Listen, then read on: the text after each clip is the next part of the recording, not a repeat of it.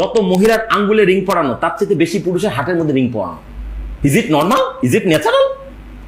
এটা কোনো সিস্টেম না রে ভাই, যে আমার কাছে টাকা আছে আমি বুক চিরবো সেখানে ঢুকাবো। এই হাটটাকে 70 বছর বাঁচার ক্ষমতা দিছিল, কিন্তু আমরা এটাকে নষ্ট করে ফেলছি। অনেকে আমরা সাহেব সেজে চামচ দিয়ে খাই। ভুল ভুল ভুল। মহান সৃষ্টিকর্তা আপনাকে আমাকে ধরা যাক 100 বছর বা 70 বছর হায়াত দিয়ে পাঠিয়েছেন, তাহলে 70 বছর চলার মতো হাট দেওয়ার দায়িত্ব তার ছিল, তিনি হাটটা দিয়েছেন। সেই হাট কেন 40 বছর পর ব্লকেজ হবে?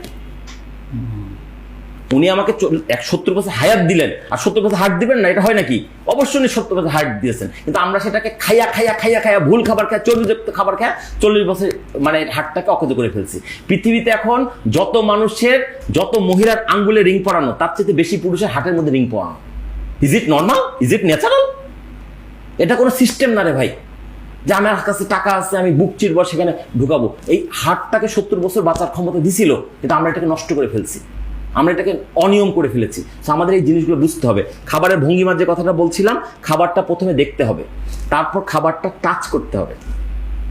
অনেকে আমরা সাহেব সেজে চামচ দিয়ে খাই। ভুল ভুল ভুল ভুল। আমি জোর দিয়ে বলতে চাই, খাবার হাত দিয়ে টাচ করবেন, কারণ যখনই আপনি খাবারে ভাতের দানা বা রুটি বা সবজি বা ফল আপনি হাত দিয়ে টাচ করবেন, এই হাতের নার্ভের মাধ্যমে ফিলিংসটা ব্রেনে চলে যাচ্ছে।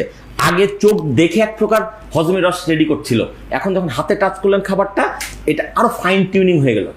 একটা কথা অনেক সময় বলে অনেকে যে হাত দিয়ে খেতে আরাম লাগে বেশি। স্যার আরাম তো লাগবেই, প্লাস এটার সাইন্টিফিক ব্যাখ্যাটা আপনি বোঝার চেষ্টা করেন। ছোটবেলায় আমাদের বাসায় রেডিও ছিল বড় বড়, একটা বড় কাটা দিয়ে জায়গা মতো আনতাম, তার ছোট একটা টিউনিং করে একদম নিখুঁত করতাম। তো আপনি যখন খাবারটা হাত দিচ্ছেন, চোখ তো ওই খাবারের দিকে চেহারা তুলে একটা ঠিক করছে যে এখন আপেল ঢুকবে, আপেলের মতো করে আমি একটা রস রেডি করি। যখন আপেলটা টাচ করছেন তখন এই নার্ভ বুঝে ফেলছে আপেলটা কাঁচা না পাকা, বা কতটুকু পাকা বা কতটুকু ম্যাচিউরড, সেই অনুযায়ী হজমের রস রেডি করছে।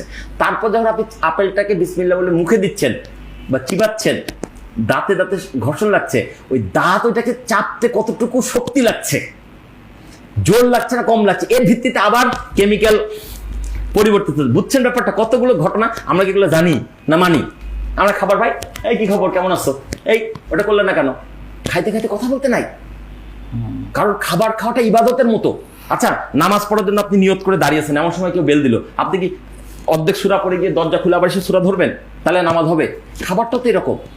দেখেন, একটা উদাহরণ দিয়ে বোঝাই, ঘটনা দিয়ে বলি। ইসলাম ধর্মে বলা হচ্ছে যে তোমরা কাউকে দেখলে সালাম দাও, কল্যাণ কামনা করো।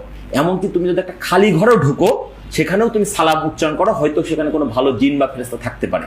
সেই ইসলাম ধর্মে বলছে তুমি যখন খাদ্য গ্রহণ করবা তখন সালাম দেওয়ার দরকার নাই।